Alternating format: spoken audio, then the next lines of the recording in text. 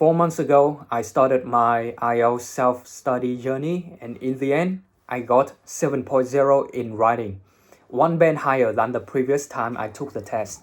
And so if you have been stuck at 6.0 or below in writing skill, in this video, I'm gonna talk about 12 things that improved my IELTS writing skill so that you can apply one of those suggestions right away, and hopefully you will gradually see some positive changes in both your writing style, skill, and mental. I say that because it depends on you. You will be the one selecting the right recommendations from me, okay? I'm just sharing my own experience.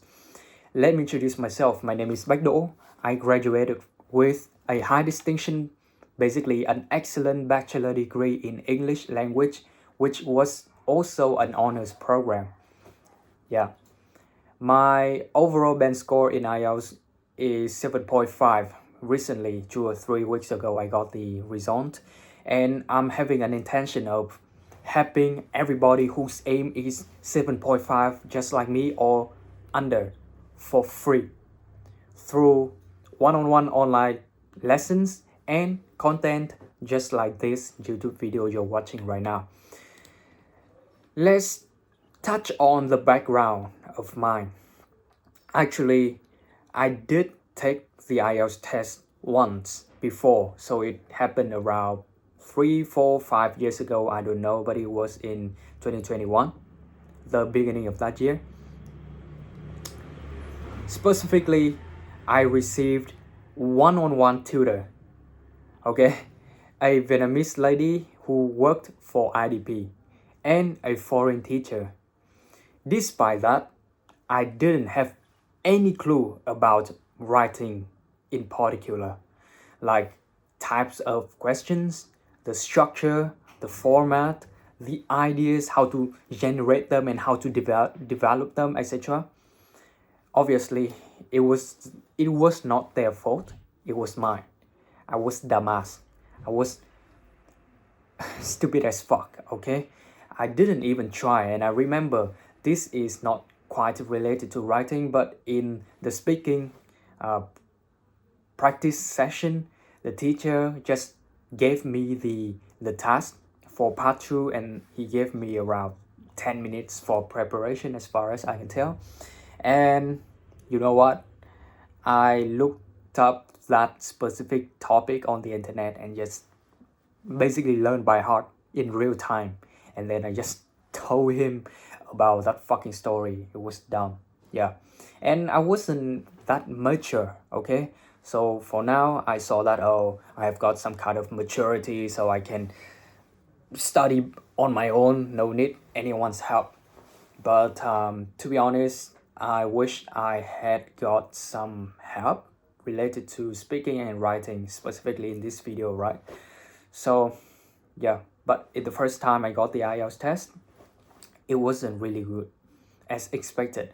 The result was even just the same as some guys who were my classmates at the time. They got the same fucking score, even though they were bad at English. And some guys were even better than me, bro. Crazy. Despite my English background, okay? So several months ago, I started my IELTS test again. I just came back to it this for the second time. And again, I got the fucking fear as I got deep into the test for several days or 2 or 3 weeks, I believe. I just found it so difficult, and especially as you can tell, the Cambridge 20, it shows some changes in the test. And the test that I got several weeks ago was fucking difficult. I was so scared of writing because I didn't know how to write, I didn't know how to generate ideas, I didn't know how to develop it. I was thinking, oh shit, there are so many types of questions, so there will be a lot of formats and structures for my essays accordingly. But I was wrong. So here are the 12 tips from myself that I got along this self-study journey. That got me 7.0, okay? I'm so proud of that shit. And it just came as expected, my expectation. The first one is simply just watch the videos from reliable sources. Specifically, I watched or I consumed content from IELTS Advantage. That is the only source that I believe, that I put my trust in to spend my time. Other than that, nothing matters. And maybe sure, the guy who represents IELTS Advantage, Chris Bell, he usually says that, oh, people from this channel or from teachers from there, from that, etc., they will just trick you into memorizing stuff and learning stuff by heart. Yeah, I truly believe him. So that is why I just watch videos from him or IELTS Advantage in general. And they just gave me some helpful advices, okay, via their YouTube videos, of course. Just basically to get myself refamiliarized with the test again, so that I can understand the format, the structure, the questions, what I'm going to encounter, okay? And then the next thing is to have the same structure for every kind of question. And of course, some need to be modified, but generally they should be the same, okay? Regarding task 2, 4 paragraphs. The first one is introduction, including paraphrasing and answering the questions with 2 main ideas. Okay, those can be contrasting or can be supporting one specific side. And then for the next paragraph, which is main body paragraph 1, that will be about the idea 1, the first idea. The first idea with a topic sentence, explanation, and example. Simple. The second main body paragraph will be the same. That is the third paragraph out of 4. And the last one will be conclusion. Basically, he explained so well in his video that, oh, for the conclusion, you would just have to paraphrase the introduction, because the introduction has already got the sufficient amount of information.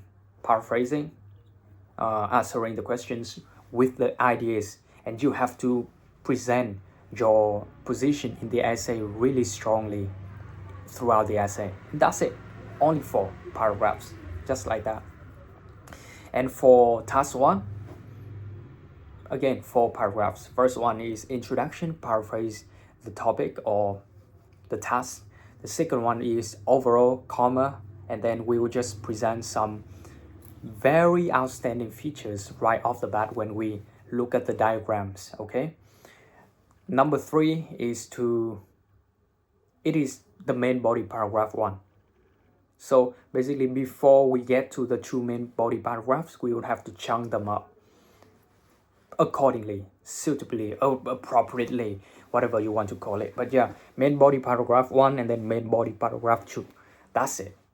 Really simple. And sure, for task 2, we would have to modify, as I said before. So for example, in the discuss both views, we would have to talk like, despite or although the first side will bring some kind of benefits, or it is believed because people think that, oh, they can do this or do that, I agree with the latter opinion, because the latter opinion is it can do this, do that. But in other type of question, like to what extent do you agree or disagree, we just have to answer the question that, oh, I totally agree or I completely disagree with this idea because of these 2 ideas supporting my view. Okay, we have to be quite flexible about it. But other than that, just use the same format or structure for the essay. Now, the third thing that happened to me is to not overwrite. What I mean here is, in terms of the introduction, many people would just like to add some additional ideas in the beginning of the introduction, like in today's world or nowadays, people are increasingly doing this, doing that shit. It doesn't fucking matter. The topic or the task doesn't ask you to do that shit.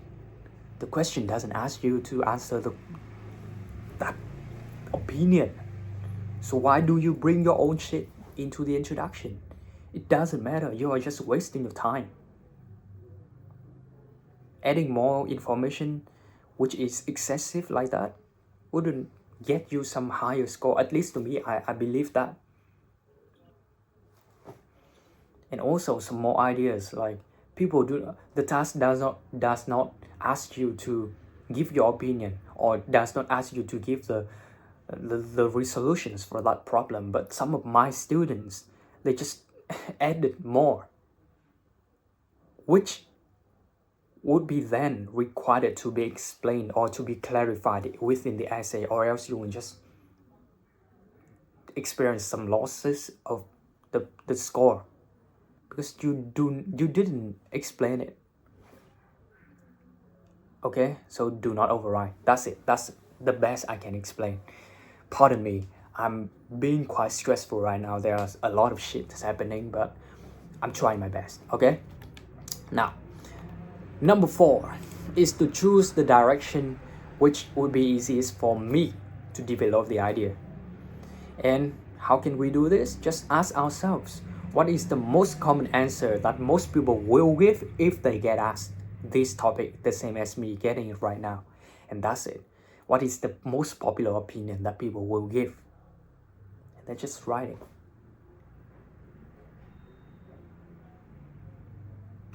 At that point, you will be so confident about the idea. It is so obvious. It is not really vague, so that the examiner can actually understand you, or else they will deduct the fucking score. The same for speaking. Next one is to opt for words, grammar, etc. The stuff that you will put into the essay, or me will put into the essay, that I am most sure about. And this is a must. I have to be sure about those stuff. I have to. And the next category would be they should be simple. So should be means that it could depend on the context or the situation. Simple, in order to increase the likelihood of cohesion throughout the essay, which is one of the marking criteria, right? So just do the best, and at least use the words or grammar that I am most sure about, because at the time I would rather not get my score deducted or reduced just with the things that I'm not certain about. That would be so stupid, and I would hold a lot of regrets later on. That can become the dumbest mistake that I have ever made. So don't want to do that. I hope you will have that kind of mindset as well. Next one is to choose the samples wisely. To choose writing samples wisely. And as I said before, just choose the samples from reliable sources, like from IELTS Advantage. And to me, there are several sources, like the IELTS workshop, which is I would say IELTS teaching center in Vietnam, which is quite popular, and Study4, Innovate, etc. Okay, look at them, do some research so that you can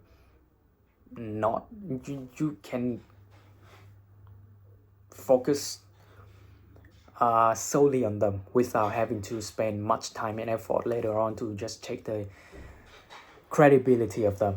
Okay, choose samples wisely. And another thing about samples is to choose the ones that you can relate the most with. At least to me, I would choose the ones that I can resonate with the most, like the ideas, the structure. Many essays would just override, as I said before. So even though the vocabulary or grammar stuff within that specific essay would be so high level, I don't want to have them, because then I would have to learn a lot of things and aspects from that essay, which would make me overwhelmed. So I don't want to get it, and I don't want to learn new stuff anymore. I just want to have the same format. I just learn some new words that might be used a lot of times in the future, if that makes sense to you. And if not, just comment down below. If you do not understand any part, I will try my best again to explain it. Okay, choose the samples. Suiting your personal favorite criteria or standards, whatever. Okay. How many? 1, 2, 3, 4, 5, 6, 7. So the 7th recommendation from me is to write. Simple. Just fucking write. Okay? Write. Write a lot. With Cambridge, which is the source, one of the 3 organizations holding the IELTS exam around the fucking world. So just adhere by the Cambridge and that's it. Okay? And I did some writing from IELTS Advantage as well, but for the last 2 months, I believe, I was just using the materials from the Cambridge series and that's it. And write a lot. Next is to learn every type of question. So I would choose the types of question, especially the ones that I haven't got a chance to experience, or I felt that it would be so difficult for me to remember. So I would just go over that shit as many times as possible. And one of them was discuss both views. That shit was hard as fuck. And that's why I just went over it many times continuously until I got some senses of comfort, and then okay, I might get away with this if I got this in the real test. So I just move on to the next type of question, or else if I got this shit in the real test, I would not be able to answer it. So I would try to answer every type of question, get familiar with that. And it is the same concept or principle from Alex Hormozi. He tried to learn as many types of questions as possible in the SAT, as far as I can remember. But yeah, learn from the best. Next thing that helped me improve is thorough analysis, not only from my own perspective. So after the essay was done, I would come back to the essay and just looked at them and looked up the new words, the grammars, the ideas that I wanted to add beforehand, but I wasn't really sure, because as I said before, I would rather use the same fucking words over and over again than using the new words that I wouldn't be certain about, because that would just get my score go down. Okay, so I just look up the new words, the things that I would want to add into, and then I would do the best. And I don't know why, but I used to make a lot of mistakes regarding spelling. I don't just fucking know. So checking after the essay was done was a move for me, at least. And from others' perspective as well, like the AI system. So after the essay is done, I rewrote my essay based on my self-assessment, and then I will put it into the AI system so that it can check for me with the estimated band score and the things that could have been improved. But it was mostly in terms of vocabulary and grammars, and that's it, not about the ideas, because AI can be so complicated with that shit. So I just learned new words from them, and then I would use the samples that I said beforehand, the samples that I can resonate with the most, to see how they generate their ideas, how they think, the way of thinking, how they structure, how they arrange the format, etc. Then just copy. Alright? Next one is to take note. All of the things that we got beforehand, like the vocabulary, grammars, format, ways of thinking. I'm just repeating myself, but it is what it is. I just took note a lot of things. The new ones and those written down before. What I mean by this is, so there were a lot of words that I got to write down multiple times, even though I wrote them down before, but I just couldn't remember. So that is the thing, right? Just pay attention to all the mistakes, to all the sections that were wrong, and they could have been done much better. So just write over it many times as possible, so that our brain can get used to it and get them injected into the brain. Okay, I'm just getting so fancy with the words and ideas right here. For example, some typical words for show. Okay, I just didn't remember the word like depict, to demonstrate, to illustrate, to provide data on or about, regarding, yeah, so on and so forth. But I didn't remember them, so I had to write them down a lot. And now I can actually teach them to everybody else. The 11th suggestion is to learn by heart. Obviously, we took them down onto the notebook, and we have to learn them by heart, or else it will become a waste of time, right? If we do not learn by heart or try to remember them. And last but not least, to rewrite. Again, comma a lot. Rewrite. I did the rewrite stuff twice for each essay. The first one is, as I said before, after my self-assessment, and the second one is lastly after the others' perspective, like the AI or the samples, and all the new words and grammar have been learned by heart, and then I will just rewrite it with all the things that I have just learned in order to remember them once again. And that's how I can remember the paraphrasing words for show, for chart, like diagrams, graph. I didn't even remember graph, which is so simple, but I couldn't do it. Illustration, okay, at least those. And for people, there could be individuals, the public, right? So those are all the things, 12 things to be exact, that helped me improve my IELTS writing from 6.0 to 7.0. Hopefully you have got something for yourself in terms of the skill, and you will see some huge improvements over a course of time, which basically means gradually. That's it, bro. Goodbye.